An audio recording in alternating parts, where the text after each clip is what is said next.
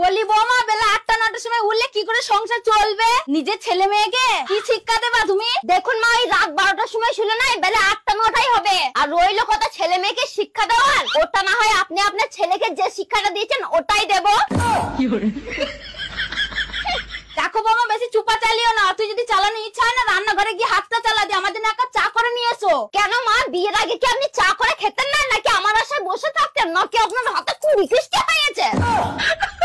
কি বললে বৌমা? তোমাকে দিন দিন চুপা খুব বেড়ে যাচ্ছে। ব্যাস, খুব হয়েছে। এবার ব্যাগপত্র গোটা দিয়ে আমার বাড়ি থেকে বেরো এবার। দেখুন মা, এই বাড়িটা না আপনি যৌতুকে নিয়ে আসেন। এই বাড়িতে আপনার যতটা অধিকার আছে, এই বাড়িতে আমারও ততটাই অধিকার আছে। আপনার যদি